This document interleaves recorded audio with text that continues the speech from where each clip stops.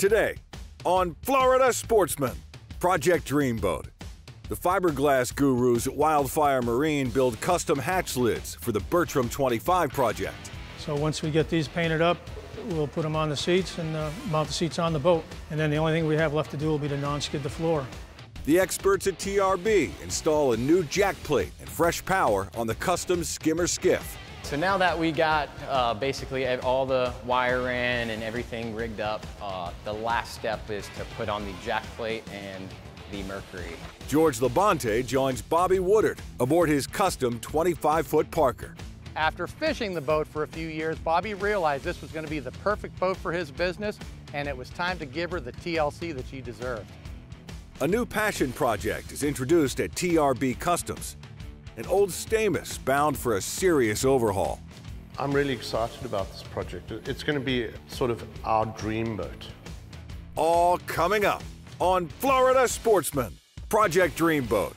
Join us as we follow one-off builds to all-out restorations in Stuart, Florida's Dreamboat District, home to some of the best custom boat builders in the world.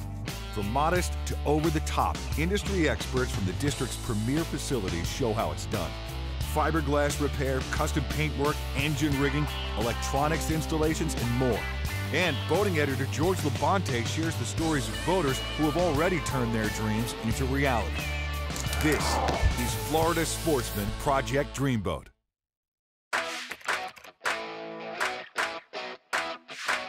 Here at Wildfire, we're still working on Dave Taylor's 25-foot Bertram IO conversion. We went ahead and built all of the seats that we had mocked up. Dave came up with some sizes that he wanted. And so we made our temporary molds and built 4 seats for it. I went ahead and did all my finish work on them and got those all painted, but now we need to make all the lids for the seats. They're 2 odd sizes, so I went ahead and laid up a couple pieces of angle aluminum with foil facing on them on our Formica table. We just have some curbs that we use. We cover the aluminum tubing with air conditioning tape, the foil tape. It works very good when you put wax on that. The pieces pop off nice and clean. And we just measure those to the sizes that we need. And then some divider pieces that I just cut regular piece of marine plywood, scrap plywood that we have, and put a piece of tape on those and position those. Make sure everything is nice and square before we lay it up. And then we just go ahead and put a filler around the edges before we put our gel coat in.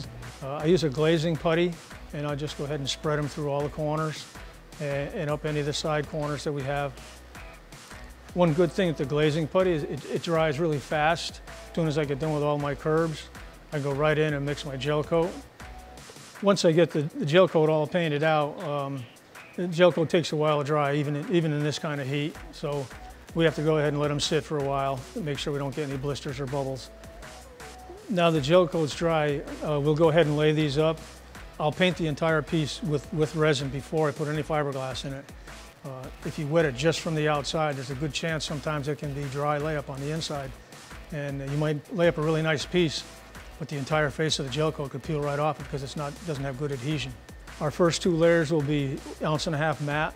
The reason we do that is because it adheres very well. We can push it in the corners really deep. It'll also take up any imperfections from brushing the gel coat. Then I go ahead and resin the backside as well. I know for sure that piece of fiberglass is saturated.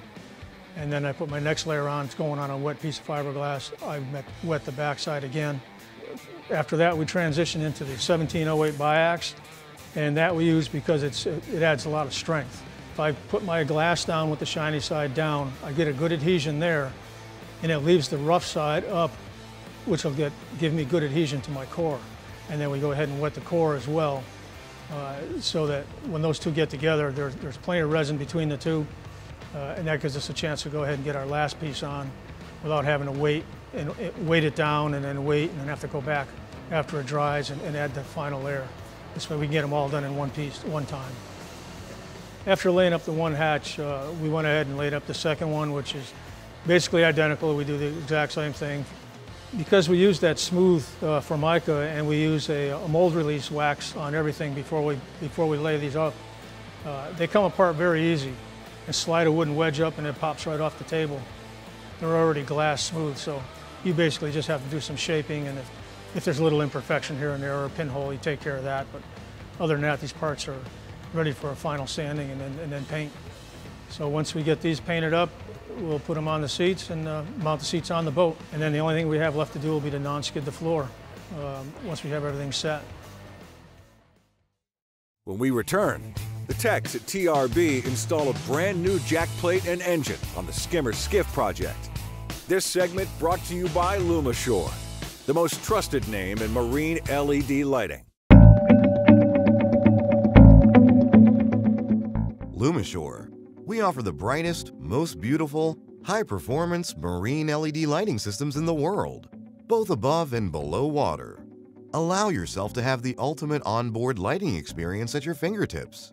Whether you boat for pleasure, sport, or adventure, be sure to choose Lumishore for all your lighting needs. Welcome back to Florida Sportsman, Project Dreamboat. Join us as the TRB technicians show proper jack plate installation technique while rigging the custom Skimmer Skiff. Hi, I'm Tate Beitler, and I'm here at Two Rivers Boat Works, and I am the rigger for all of our custom skiffs. I've been here for about 3 months now. Could not complain one bit. One of the best crews to work for, and we get a lot of work done here. So today we're going to be talking about our Skimmer Skiff, which is one of the custom lines that we like to do. This one is definitely one of my prides of joy. It's one of the first boats that I've done with them, and it's been a pleasure. Definitely a really nice boat. So yeah, so now that we got basically all the wire in and everything rigged up, the last step is to put on the jack plate and the Mercury. So to start out with mounting your jack plate and motor, you really want to find your center line. You want to be directly in the center of that boat. And so what we like to do when we start off is we'll tape off the whole transom. That way we can mark it up with a Sharpie and make all the marks and not scratch up the transom. And then we want to go in and we take measurements going across the whole transom from top to bottom, just to make sure that we get, you know, each correct measurement, and that way we're dead center. Now we got our measurement and we'll mark our center line. Now we'll take our straight edge and follow our center line straight down the middle. I like to do it one time and one time only. And that's the reason why we like to tape it up and take as many measurements as we can and get a pristine fit. Once we get that, we'll bring a plate over that is kind of a universal plate for hanging jack plates and motors. And we're able to set that on there. And it's got these two little diamonds in it that are right in the middle of it, that once your center line matches up with those, you know that you're pretty well centered with the boat. And if you do not, you know, your motor's gonna be off, the boat's not gonna run right, turning's gonna be off, nothing's gonna work as supposed to. Whenever you're gonna go drill your holes, you wanna make sure that your drill bit is straight. You can't have any angle to your drill bit at all. Each hole on that plate has a lip that comes out about a ½ inch for whenever you're drilling the hole with your drill bit. If you're any angle, anything, it hits that plate and lets you correct yourself. So now that we got our holes drilled, we can pull off our plate, pull our tape, and begin to dry fit. So what we're doing now is a quick dry fit, just to make sure everything fits nice and snug and level before we put the 5200 on. And everything's looking good, so we're gonna pull it off and get ready for the final steps. So now that we're done with our dry fit and we know we have the right hardware and everything's aligned, it's time to actually bolt this on. One, you wanna get your sealant, know you have your sealant ready, and basically you wanna feed your top 2 bolts in. Gotta make sure you get every edge, both sides of the screw. That way you get a complete seal. Don't have to worry about any leaks. So we're putting grease on these threads, and what it does is it stops the nut from galling on the bolt when you tighten it down. So now that we have our jack plate on and all of our bolts nice and snug, we'll go through, we'll clean up all the excess 5200 off the transom and off the jack plate, and that's our final step, and it's time to hang the motor. So now me and Brian will be installing a 60R Mercury onto this 16-foot skimmer skiff. Should be a simple install, and it's gonna let this boat run. So now that we have the motor next to the jack plate and ready to hang, One of the first steps that we'll do is we'll get a battery, we'll hook the motor up, and we'll adjust the trim. That way we're nice and level with the jack plate, and all of our holes will line up nice and flat. Once that is achieved and we're flat with the jack plate, we now can insert all of our bolts and all our hardware and tighten it down. Same thing like when you put the jack plate on, except without the 5200. Load them up with grease on all the threads. That way all of our nuts will come off easily in the years coming, and we'll snug it home. So now that all of our hardware is in and our motor is mounted and all our bolts are nice and snug and everything's home, it's ready to go to finish up all the rigging on the rest of the boat and get it ready for a sea trial. When we come back, George LaBonte joins Dreamboat owner Bobby Woodard aboard his customized 25-foot Parker in this week's One Man's Dreamboat segment. This segment brought to you by Armstrong. Experience the Armstrong advantage. Do you have the Armstrong advantage? In its most basic form, an Armstrong outboard bracket improves the efficiency of your outboard motor. This equates to a faster time to plane and higher top speeds. The list of advantages continue with improved maneuverability, added space, and a quieter ride. Adding a swim platform accompanied by an Armstrong boarding ladder will certainly add to your day out on the water. Isn't it time for you to gain the Armstrong advantage? Welcome back to Florida Sportsman Project Dreamboat. Join us for this week's One Man's Dreamboat segment with Florida Sportsman boating editor George LaBonte as we feature anglers who have already launched their dream. Florida Sportsman began these features 30 years ago, and the dreams just keep getting better. For a fishing guide, whether you're buying a new boat, building a boat, or rebuilding an older boat, there are certain things that you need to take into consideration when you look at the way the boat needs to be laid out. Certain factors on a boat and certain features on a boat are going to affect the outcome of your day, they're going to affect your customers' comfort, and they're also going to affect the fishability on a boat. Nowhere is that more evident when you're doing a rebuild on a boat like the boat we're going to look at today. Today we meet up with Bobby Woodard and Anna, his first mate and better half, in Boca Grande, Florida to take a look at his 1991 25-foot Parker, which he tailor-built just specifically to suit his needs as a guide in Boca Grande. So I found the boat on Craigslist. It was originally for sale with an engine for a price quite a bit more than what I wanted to pay. But I saved it and kept monitoring it and got to a price I could work with, and told my girlfriend I was going to buy it, and she said, do not buy it. If you bring it home, you need to take it somewhere else. But as any good partner would do, I bought it anyways and drove to Chalmette. Guy opened the gates for the back fence, and the boat was huge, way bigger than I had anticipated. Almost turned around and left, but figured I had made the investment to drive out there. So as I crawled around and started looking at it, and I could picture in my mind what potential it had and what I could turn it into, how it could work for my business, my clients, my personal use, and decided to make him a cash offer. He accepted and started home. After getting the Parker home, Bobby surprised his girlfriend Anna with a new boat and began making plans to build this boat for his charter business. I started doing my research, made a parts list, made a plan for what accessories I wanted on the boat, mounted the motor, rigged the motor, and fished it pretty much that way. Pretty much, I mean, as is, you know, as I bought it, other than those few things, for the first 2 years to really get a feel for the boat and make sure it was worth the time and the effort and the money to turn it into my dream boat. The first trip I ran on this boat, I knew 5 minutes from leaving the ramp that this was the boat for me. After fishing the boat for a few years, Bobby realized this was going to be the perfect boat for his business, and it was time to give her the TLC that she deserved. Once we decided to keep the boat, we wanted to make it look pretty. It was supposed to just be an exterior paint job to freshen it up, make it look better for clients. Quickly morphed, as most projects do. We found a small rotten spot in the front deck, so we cut it out. We patched the forward third of the deck, new floor in the deck, new paint throughout. Moving back, I put a coffin box in front of the console. We needed some extra dry storage and extra seating, and it makes a great fishing platform for my clients. They can sit on it comfortably and fish off the side of the boat. I took out the original console that came with the boat, found for $100, again, bargain finds on Craigslist, found a console over in Titusville for, it's actually a plug for a console mold. But I knew I could, get handy and make it work. It had an insulated seat on the front of it used for a small cooler or live well. I cut that off, fiberglass back in the front, flush so the coffin box could slide up, tight against that. Added a T-top.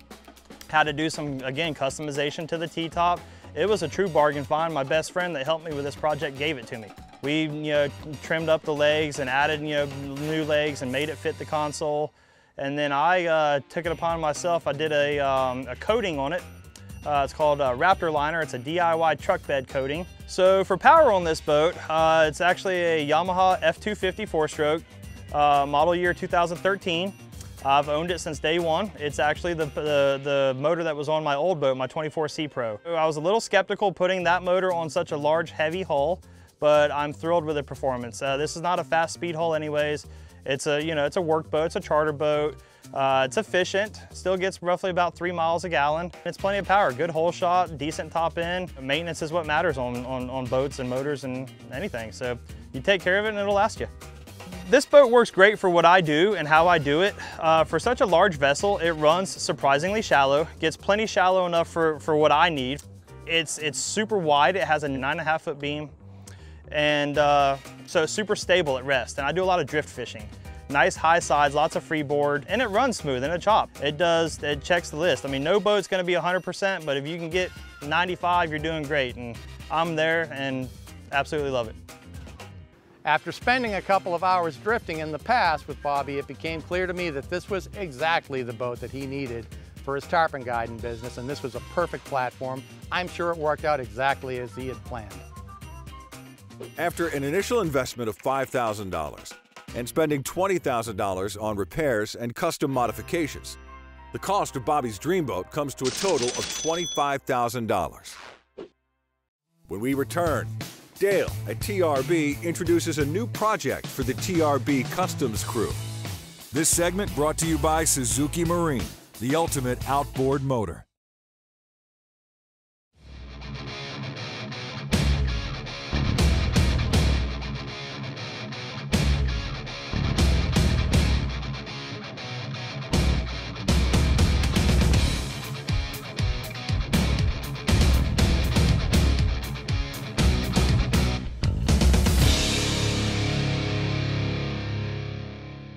Go to SuzukiMarine.com to find a dealer near you.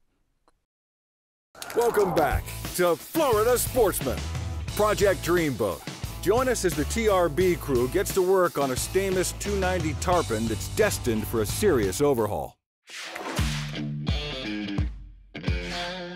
At Two Rivers Boat Works, we finally got to the point where we can tackle one of our own projects, a Stamas 290 tarpon.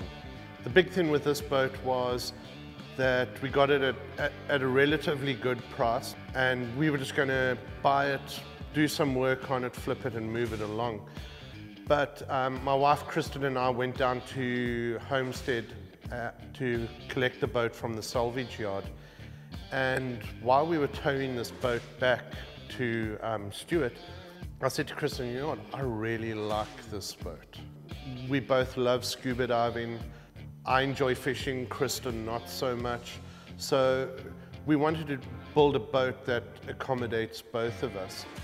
But sort of business life got in the way of personal projects. While Kristen and I have been growing this business, we've put an awful amount of hours into the business. We've sacrificed an incredible amount of, personal time and fun time.